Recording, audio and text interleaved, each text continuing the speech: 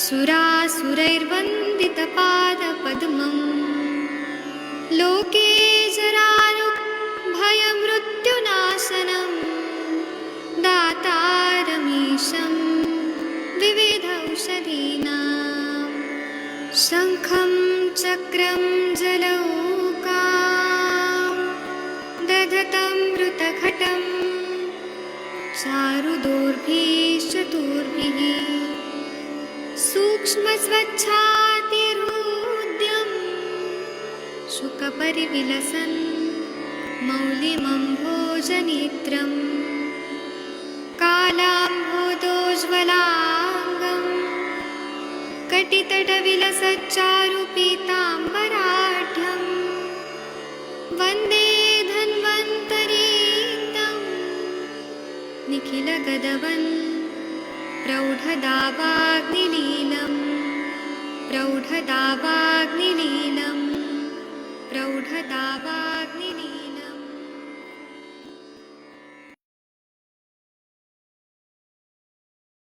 प्रणाम सभी लोग को। मैं वैद्य अरविंद पाठक आप सभी लोग का स्वागत करता हूं। आइए, आज 2 जनवरी है 2025 का 2 तारीख शुरू हो गया है और अभी हम अष्टांग हृदय में पढ़ेंगे। मुख रोग विज्ञानियम जो उत्तर स्थान में अष्टांग हृदय में बताया है, श्लोक नंबर 31 हम लोग देखेंगे। मैं आप लोग के स्क्रीन पे ये दिखा रहा हूँ, तो 1 मिनट रुक जाइए।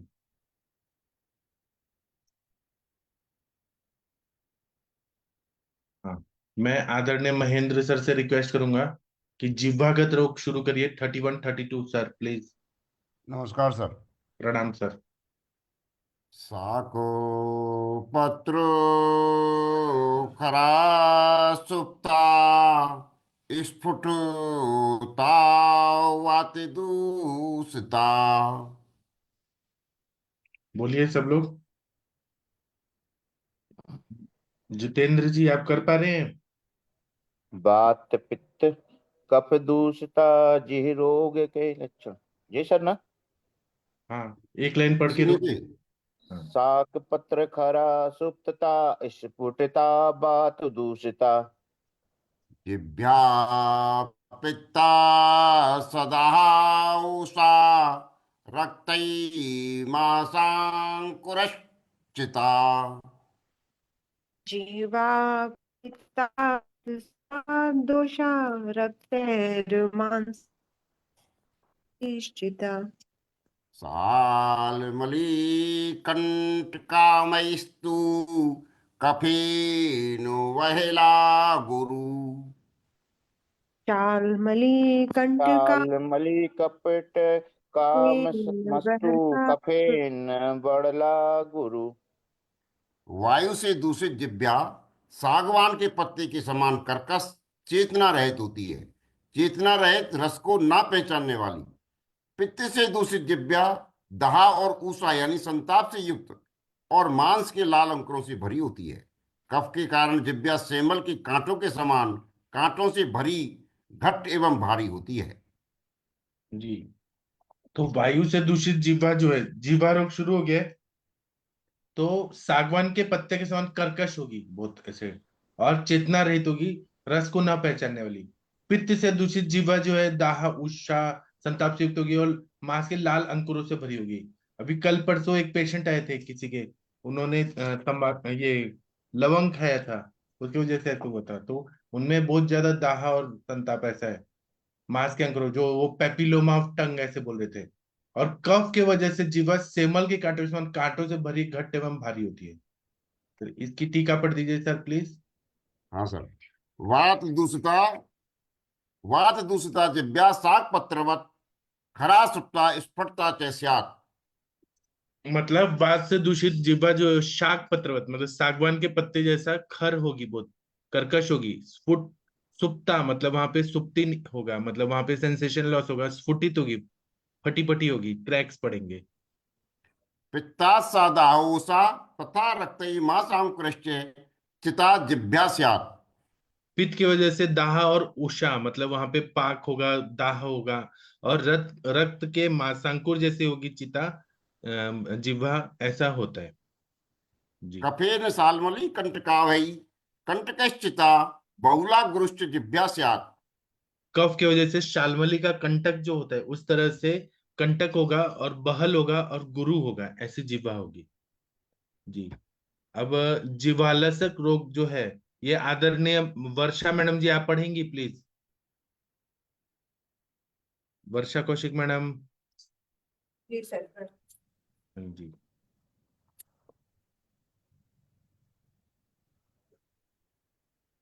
जीवासन रोग, जीवालस रोग के लक्षण। जी। जी, जीवालस रोग के लक्षण। कफ पित्ताधः शोफो जिह्वा स्तंभ कृदुन्नतः। कफपित्तादः कफपित्तादः सुफो जिह्वास्तम्भकृदोन्नतः मत्स्य गंधीर्भवेत् पक्वः सोऽलसो मांसशातनः। मत्स्य गन्धेर्भवेत्पकः स अलसो मांससातनः। हिंदी पढ़ो। हाँ जी। कफ पित्त के कारण जिह्वा के नीचे जिह्वा को जड़ बनाने वाला ऊंचा शोथ होता है। पकने पर मछली के समान गंध वाला रहता है, इसको अलस कहते हैं। इसमें मांस सड़ने लगता है। हाँ, तो कफ और पित्त की वजह से जीवा के नीचे जीवा को जड़ बनाने वाला ऊंचा शोथ होता है और वो पकने पर मछली के समान गंध वाला रहता है, इसको अलस कहते हैं। इसमें मांस सड़ने लगता है, ऐसा जीवा का ये अलस नाम का व्याधि है। अच्छा, इसकी टीका पढ़ दीजिए, 1 मिनट में लेके आ रहा हूँ। 33 का। जी, प्लीज पढ़िए। कफ पित्ता।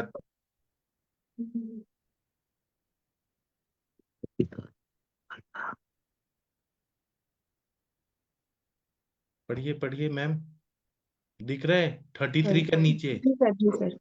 कफ पित्तात जिह्वाया अथ शोफो जिह्वा स्तंभ कर पक उन्नत पक्वो मत्स्य गंधीर भवेत सो अलसाख्यो मांस गातन।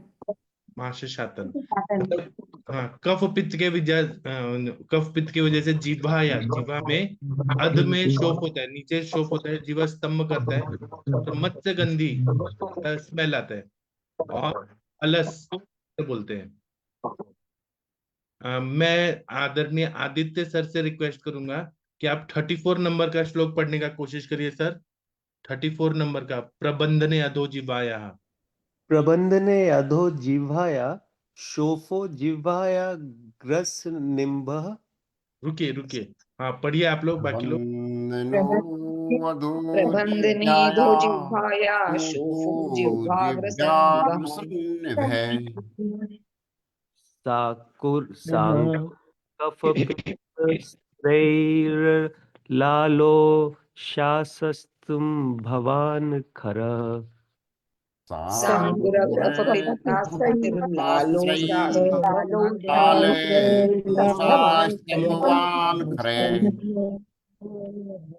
अधि जिह्वः सरु कंडूर वाक्याहार विधात कृत।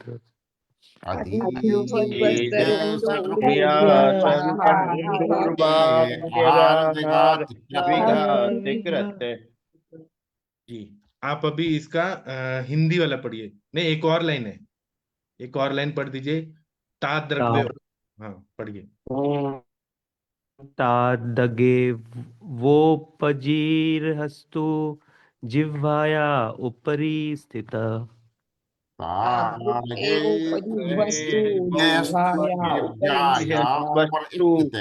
जिह्वाया उपरि स्थित। जी, अब ये पढ़िए। जिह्वा के नीचे प्रबंधन मूल में जिह्वा के अग्रभाग के समान जो शोफ होता है, जिसमें अंकुर रहते हैं, यह शोफ कफ पित्त रक्त से होता है। इसमें लाला, स्राव, जलन, स्तंभ और कर्कशता होती है। इसको अधिजिह्वा कहते हैं। यह वेदना तथा कंडू से युक्त होता है और वाक्य एवं भोजन को नष्ट कर देता है, अर्थात रोगी बोल नहीं सकता एवं खा भी नहीं सकता। अतः अधिजिह्वा की भांति जो शोफ जिह्वा के ऊपर होता है उसको उपजिह्वा कहते हैं। बहुत बढ़िया पढ़ा तालु आपने। हाँ, अभी रुकिए। जिह्वा के नीचे जो प्रबंधन मूल रहता है, जो एक मतलब ऐसे ज्वाइंट रहता है, उसमें जीवा के अग्रभाग के समान शोफ होता है, उसमें अंकुर टाइप आ जाता है। यह शोफ जो रहता है, स्वेलिंग रहता है, वो कफ और पित्त और रक्त से होता है। इसमें लाला स्राव ज्यादा होगा, सलाइवेशन होगा, बर्निंग जलन होगा, स्तंभ होगा और कर्कशता होगी। इसलिए इसको अधिजिह्वा कहते हैं, क्योंकि यहाँ पे शोफ है, एक थोड़ा सा कुछ ग्रोथ है। लाला स्राव भी हो रहा है, जलन भी हो रही है, स्तंभ भी और कर्कशता हो रही है। और यह वेदना और कंडू खुजली आती है। और ये वाक्य एवं भोजन को नष्ट करते हैं, मतलब इंसान बोल नहीं सकता है, खा भी नहीं सकता है। इसी तरह से जिह्वा के ऊपर अधिजिह्वा है, वहां पे शोक हो जाते हैं, उसको उपजिह्विका ऐसा कहते हैं। तो इसकी टीका पढ़ दीजिए सर। जिह्वाया ऐसे पढ़िए। आदित्य जिह्वाया सर। हाँ। प्रबन्वने स्व वस्ता जिह्वाया ग्रतुल्य शोफ सहांकुर कफ पित्त रक्तैर्लालो शोषास्तंभयुत खर स्पर्श युक्तो अभिजीवो सक्ककंडुभ्य युतो वाक्याहार विधात करोति। हाँ, रुकिए। जिह्वाया प्रबंधने अधस जिह्वायाग्र तुल्य, मतलब जिह्वा के अंदर जो एक बंधन होता है, ऐसे बांधा हुआ रहता है, उसके आगे वहां पे अधस्ता मतलब नीचे से जिह्वाग्र तुल्य, वैसे जिह्वा के अग्र जैसे ही एक स्वेलिंग आ जाती है, जिह्वा के पैरेलल ही नीचे वैसा शोक हो जाता है। वहां पे अंकुर रहते हैं और कफ पित्त रक्त के वजह से रक्तला लोशा स्तंभ युक्त, वहां पे स्तंभ रहता है, खर स्पर्श रहता है, तो इसलिए उसको अधिजिह्वा बोलते हैं। जिसमें रुक कंडुभ्याम मतलब वेदना, रुक मतलब वेदना और कंडू के साथ रहता है।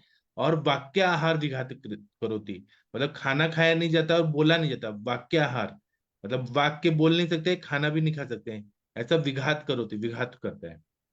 चलिए 35 का टीका पढ़िए।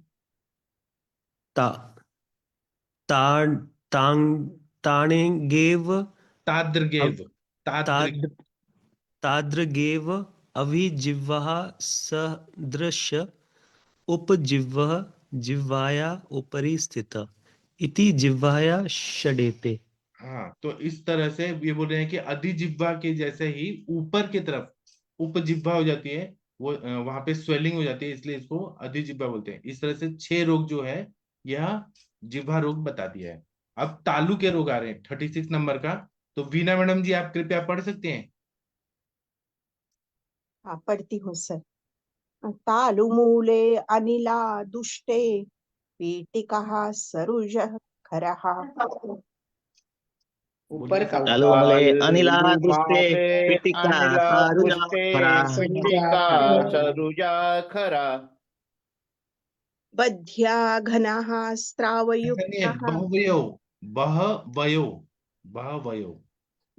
बह्यो घनः स्रावयुक्तः तारतालु पीटिकः स्मृतः। बह्यो बह्व्यो घन घनस्रावयुक्ता श्रावयुतस्ता लो पिटिका तालु स्मृता। पिटिका स्मृता। तो ऐसे बोलिए, बहव्यो घना स्त्रावयुक्ता युताः तास्ततालु पिटकाः स्मृता, ऐसे तास्त। तालु पीटिका हाँ, ठीक। बह्यो बह्व्यो बह्यो घनः घनस्रावयुक्ता स्रावयुक्तः स्रावयुक्ता तास तास तालु तालु पिटिका तालु पिटिका पीटिकः स्मृता। स्मृतः। हाँ, अब इसका हिंदी वाला पढ़िए। तालु पिटिका के लक्षण। तालु रोग, पैलेट जो रहता है ना अपने अंदर मुंह में, वो पढ़िए। वायु के कारण तालु मांस में दूषित होने पर वेदना युक्त खर घट्ट एवं स्राव युक्त बहुत सी पीटिकाएं हो जाती है। इनको तालु पीटिका कहते हैं। बहुत बढ़िया पढ़ा आपने। वायु प्रकोपित हो जाते हैं, तालु मास का दूषित कर देता है वायु, तो वहां पे वेदना युक्त, क्योंकि वायु है तो वेदना होगा, खरता आएगी, घट्टता आएगा, स्राविक, बहुत सारी पिटकाएं हो जाती हैं, जैसे दाने दाने पिटकाएं हो जाती हैं, इनको तालु पिटिका कहते हैं। चलिए इसका टीका पढ़िए।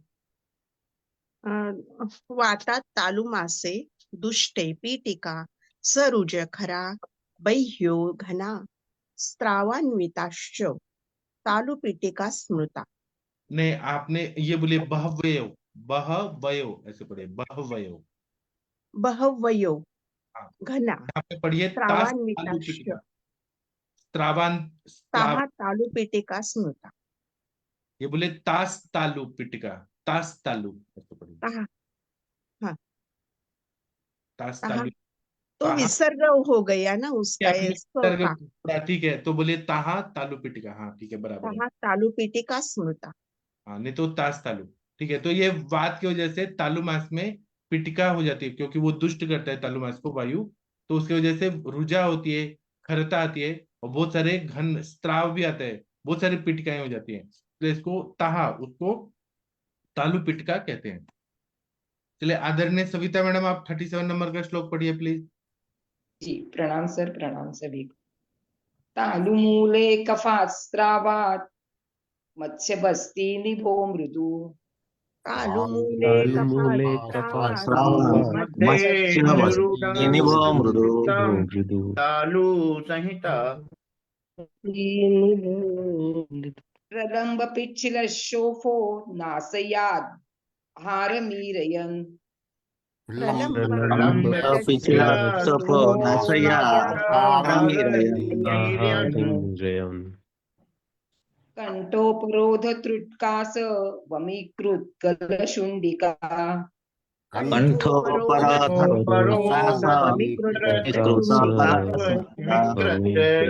गलशुंडिका। इसका टीका पढ़ दीजिए, गलशुंडिका।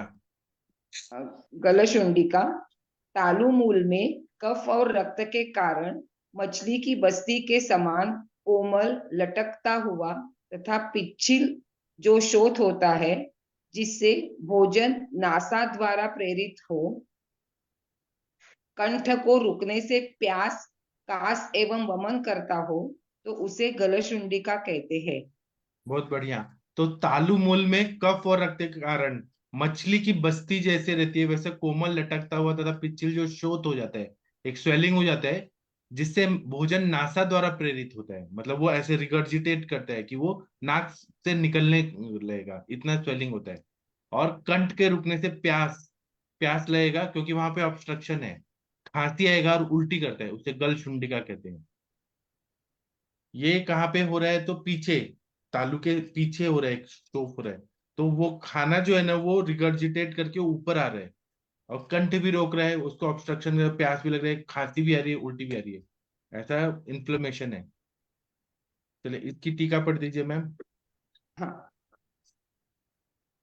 तालु मूले कफात रक्तान्वितात मत्स्य बस्ती सदृशो मृदु प्रलंब पिच्छिल शोफो नासया आहार प्रेरयन कंठोपरोधाधिकृत गलशुंडिकाख्य। हाँ, तालु मूल में कफ और रक्त के वजह से मत्स्य बस्ती सदृशो, मछली के बस्ती जैसा ही मृदु और प्रलंबित और पिच्छिल ऐसा शोफ हो जाता है, जो नासिका से आहार को ऊपर की तरफ लेके आता है, और कंठ का अवरोध होने की वजह से वहां पे खांसी, प्यास और उल्टी आएगा, इसलिए इसको गलशुंडिका नाम की व्याधि बोलते हैं। आदरणीय राम कुमार सर, आप 38 नंबर का श्लोक पढ़िए प्लीज। राम जी, तालु मध्ये निरु डांस संहितम तालु संहिता ये निरुंग तालु मास, मध्ये निरुमांसं संवत्सं तालु संहतिः। संहिता। का टीका पढ़ते हैं। ये जो बोलते हैं ना क ख ग ग ng, वो वाला है निरुंग मासम, निरुंग अंग जो है। मातम। हाँ, पढ़िए हिंदी वाला। तालु मध्य में वेदना रहित एकत्र हुए मांस को तालु संहित कहते हैं। हाँ, तालु के मध्य में वेदना रहते एक मांस कैसे ग्रोथ हो जाता है, उसको तालु संहति ऐसे कहते हैं। चलो, इसकी टीका पढ़ दीजिए। तालु मध्य निरुंग मांस सहित तालु सहित तिरेतु चेत उच्यते। हाँ, मतलब तालु में निरुंग मांस, मतलब वहां पे मांस का ग्रोथ हो जाता है, इसको तालु संहति सहति रीति इति उच्यते, सहति ही इति उच्यते। तो इस तरह का ये तालु सहति नाम का व्याधि है। आदरणीय मनीषा मैडम, आप कृपया पढ़िए पद्माकृति वाला श्लोक। मनीषा मैडम। जी प्रणाम जी। हाँ, जी प्रणाम सर, आवाज आ रही? आ रही है। हाँ, पद्माकृति तालु मध्ये रक्ताक्षयर्थुर्बुदम् पद्माकृति तालु मध्ये रक्ताक्षयथुर्बुदम् अर्बुदम। इसका टीका पढ़ दीजिए, हिंदी वाला पढ़िए अर्थ। जी सर। पढ़िए तालु तालु के मध्य में, हाँ, तालु के मध्य में कमल की कर्णिका के आकार का रक्त के कारण शोथ युक्त अर्बुद हो जाता है। वक्तव्य, उपयर्वे भाविज्ञ मध्ये यथा, थोड़ा कम दिखा, हाँ, पद्मरस कर्णिका पार्श्व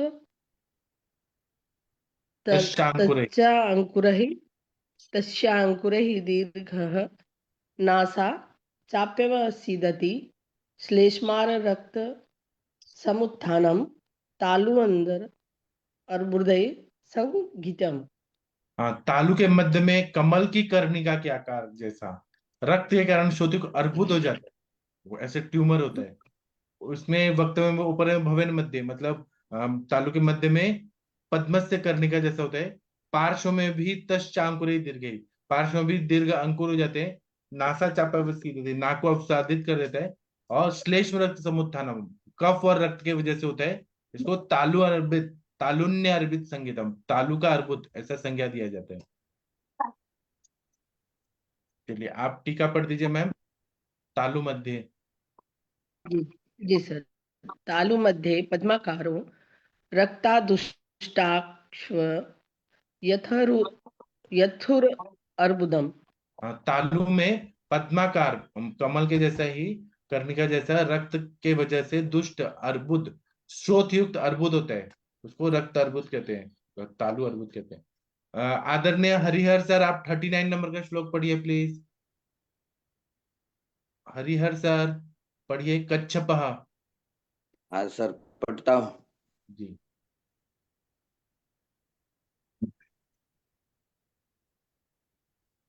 ये सर 39 कच्छपः। 39। हाँ, कच्छपः कच्छपाकारचित वृद्धे कफादर, ये न। हाँ, कच्छपः कच्छपाकार चिद वृद्धे कफादरुक।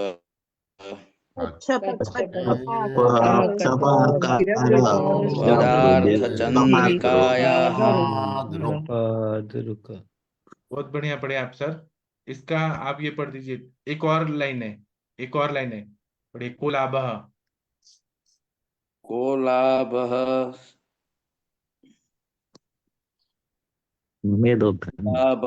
श्लेष्म मेदोभ्यां पुपुटो निरस्थिरः।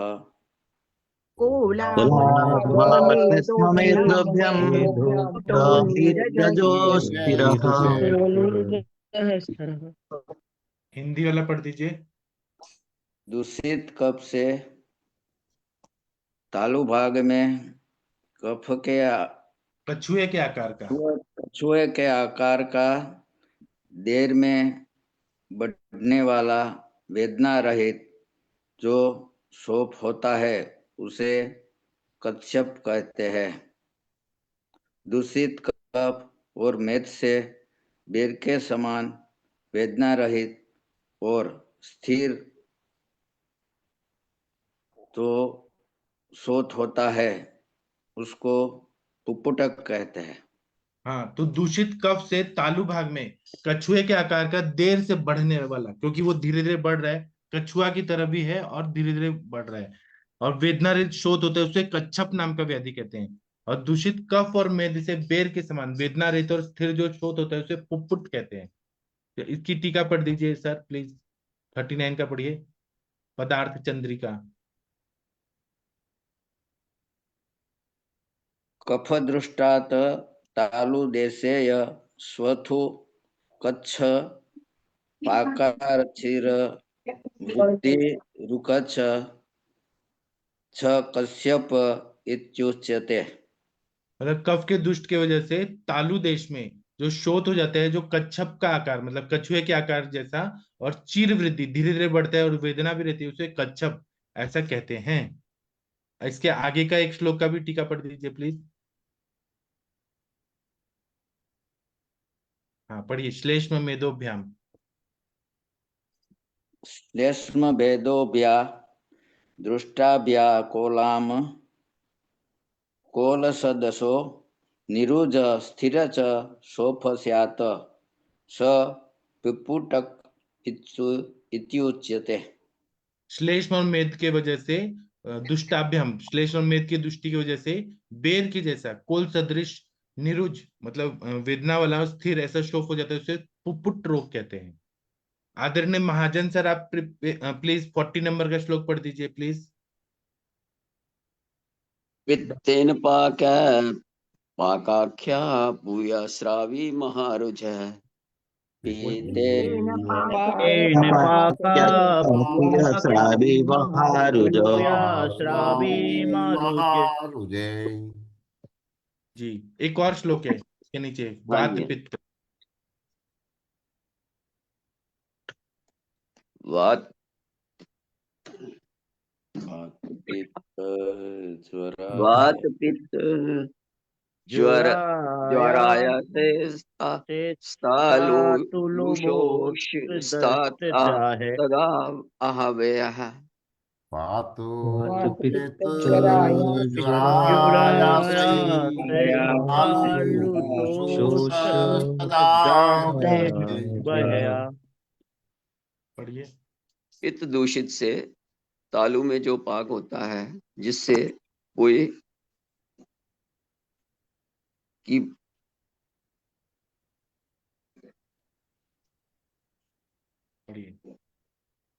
कोई बहती है और अतिशय वेदना होती है, उसे तालुपाक कहते हैं। वायु पित्त और ज्वर तथा थकान से युक्त जो शोष तालु में होता है, उसे तालु शोष कहते हैं। हाँ तो ये बोल रहे हैं कि पित्त की वजह से पुए बहती है और वेदना होती है, उसे तालुपा कहते हैं। तालु पक जाता है, अल्सरेशन हो जाता है। और वायु पित्त और ज्वर और थकान से युक्त जो शोष तालु में होते हैं, मतलब वो सूख जाते हैं तालु में, तो तालु शोष कहते हैं। इसकी टीका पढ़ दीजिए प्लीज। हाँ जी। हाँ पित्तेन दुष्टेन यस यस्य य तालुन पाक पुयस्रावी महारुज स पाकाख्या पाक संज्ञ। हाँ पित्त की वजह से तालु में पाक हो जाता है, पक जाता है, पुए स्त्राव होता है अल्सरेशन होने की वजह से, और महारुजा बहुत वेदना होती है, उसे तालु पाक पाक संज्ञा ऐसे दिया जाता है। इसके बाद वाला भी पढ़ दीजिए। वात पित्त ज्वर ज्वरा या से तालु शोष तदा उसके नीचे वाला हवया नीचे वाला जीवा प्रबंध जा। नहीं नहीं, बीच में जो पदार्थ चंद्रिका का है, वात पित्त ज्वराया से। वात पित्त ज्वराया से वात पित्त ज्वराया से प्रतिबद्धो यह शोष तालु शोष स तदा व तालु शोष इति उच्यते इति अष्टो तालु रोगा। हाँ वात पित्त, और वात पित्त की वजह से ज्वर होता है, आयास होता है, और वो सूख जाता है तालु, इसको तालु शोष कहते हैं। इस तरह से 8 तरह के तालु रोग समाप्त हुए। आप सभी लोग ये बताइए कि यहाँ पे अरुण दत्त जी की टीका नहीं है, सर्वान सुंदर टीका नहीं है, पदार्थ चंद्रिका नाम की टीका है। ये किसने लिखा है, ये ढूंढना पड़ेगा कि किसने ये टीका लिखी है। और आप सब लोगों को कैसा लगा अभी सुबह का टीका वाचन, कैसा लगा सभी लोग को बताइए। अच्छा ज्यादातर लगा सर। हाँ, बस पटनायक सर नहीं पढ़े, बाकी सभी लोगों ने शायद पढ़ लिया। हाँ, अभी हम ये महेंद्र सर, आप भगवान का प्रेयर कर दीजिए। हाँ सर। बृहस्पति महाराज सर।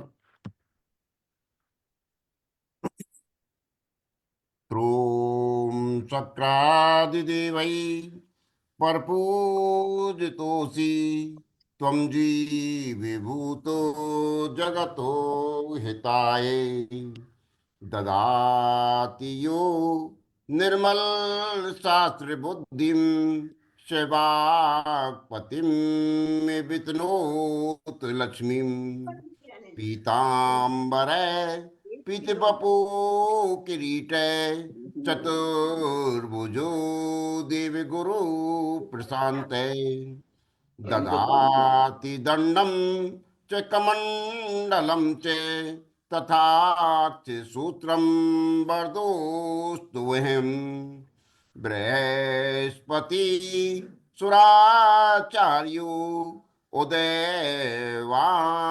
शुभलक्षणे लोकत्रय गुरु श्रीमान सर्वज्ञ सर्वतो विभु सर्वेश सर्वदा तुष्ट श्रीकृत सर्वपूजित क्रोधनु मुनि श्रेष्ठो नीति कर्ता महाबल विश्वात्मा विश्वकर्ता च विश्वयोनिअयो निज भूर्भुवो धनदाता च वर्ता जीवो जगत्पति पंचविंशति नामानि पुण्यानि शुभदान च नंद गोपाल पुत्राय भगवत कीर्तितान च प्रातोत्थाय यो नित्यं कीर्तयेतु समाहिते विप्रतस्यापि भगवान् प्रीते